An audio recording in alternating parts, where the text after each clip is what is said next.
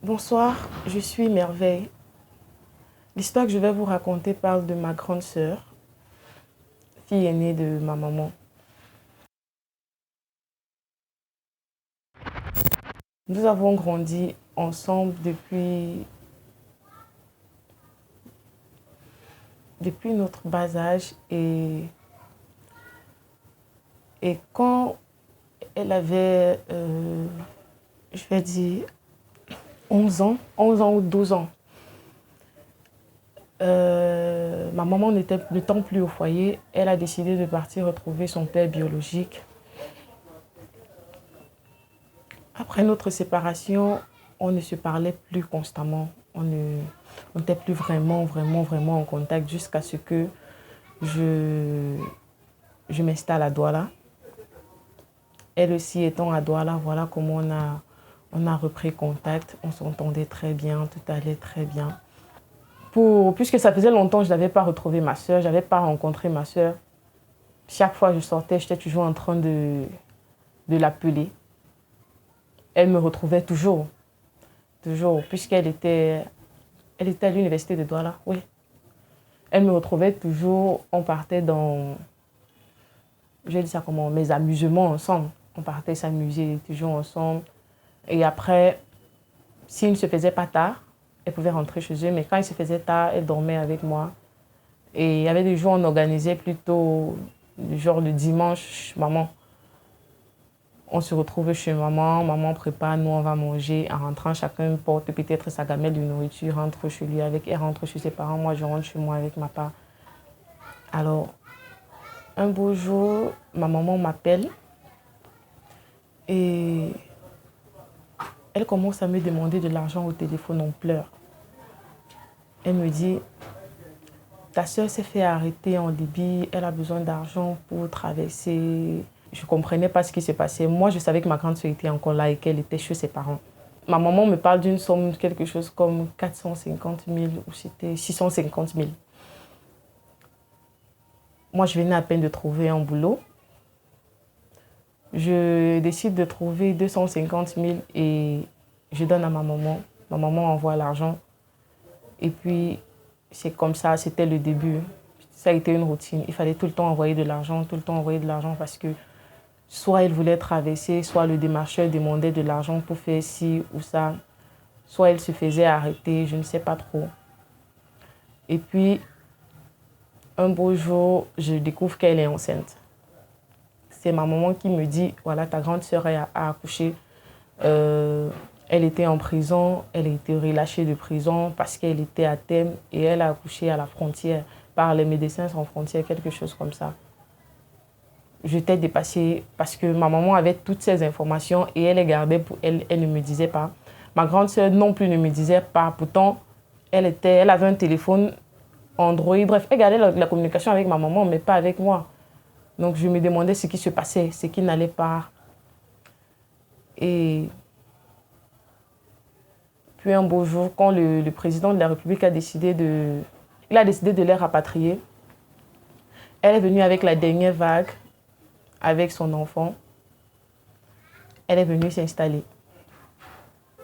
Mais c'était juste pour un petit moment parce qu'elle est venue s'asseoir juste un an, le temps de bien se préparer. Oui, janvier 2019, elle s'est encore lancée. Elle a encore repris la route. Là, très bien préparée, toujours avec la complicité de ma maman, elle est partie et un beau jour, c'est l'appel de mon petit frère qui me réveille en larmes.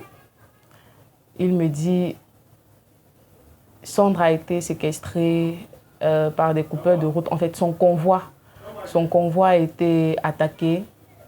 Elle est retenue captive et on demande une rançon de 5 000 euros. Voilà. Bien qu'il s'agisse de notre grande sœur, et même si elle n'est pas une voleuse, au départ, il fallait bien qu'on essaye de faire des recherches. Puisque d'après ce que les gens nous disaient, que ces personnes, quand ils arrivent en Libye, des fois c'est difficile, ils n'ont pas le choix d'inventer des séquestrations pour demander de l'argent, pour demander beaucoup d'argent pour pouvoir traverser facilement. Donc du coup, on se méfiait un peu. Mais ce qui nous mettait la pression, ce sont des vidéos qu'on recevait ou des photos avec des mains. Un jour, elle a envoyé une photo, une vidéo. On brûlait du plastique et ça coulait sur la main, les paumes de main de 2 filles. Et ces filles étaient en train de pleurer, de crier. Donc, du coup, nous avons décidé de trouver une solution, voire avancer même déjà, de donner même déjà l'avance pour qu'on cesse de la torturer. C'est elle qui nous demande de ne pas encore envoyer l'argent. Quand on patiente son signal, elle va nous dire quand est-ce qu'il faut envoyer l'argent. Le lendemain, si je ne me trompe pas, elle nous appelle, elle fait l'appel vidéo. On entend juste des cris, des coups de feu, des cris, des coups de feu, des cris, des coups de feu. La police a pu arriver, tirer sur tous ces gens, toutes ces personnes qui retenaient. Ils ont pu arrêter d'autres vivants, de restes morts. Et voilà comment elle a été relâchée. Elle a été relâchée, elle a encore été d'abord amenée en prison. Et là, on a voulu rapatrier, elle a refusé. Elle a dit qu'elle ne rentre pas. Quand elle est partie la première fois, tout ça a changé. On n'était plus si proches que ça. Parce que quand elle revient, moi je l'en voulais. Elle est partie sans me dire, j'apprenais seulement. Et je l'en voulais aussi parce que elle m'a fait lui envoyer beaucoup d'argent, C'était mon tout premier salaire que j'envoyais. J'avais prévu utiliser ça d'une autre manière, genre donner peut-être à mon papa et tout.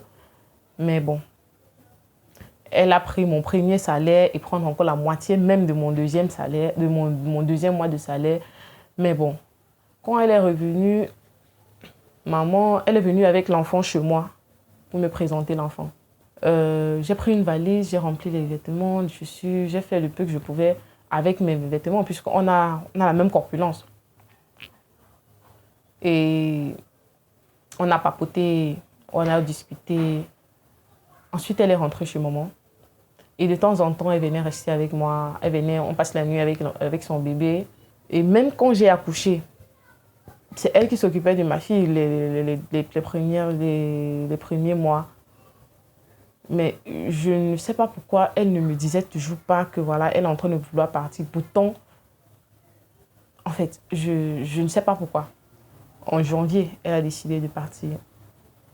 Et puis, jusqu'à aujourd'hui, la conversation entre nous n'est plus vraiment ça.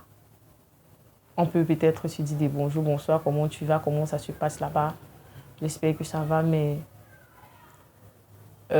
parler encore, genre comme une grande soeur, une petite soeur, de nos petites complicités, je sais pas, des trucs intimes, plus jamais. Hein.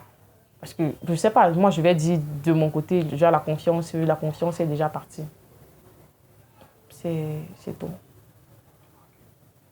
Quand on a appris qu'elle était enlevée,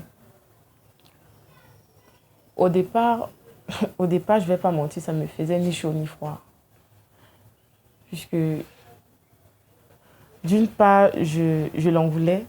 La douleur a commencé à venir quand je recevais des vidéos.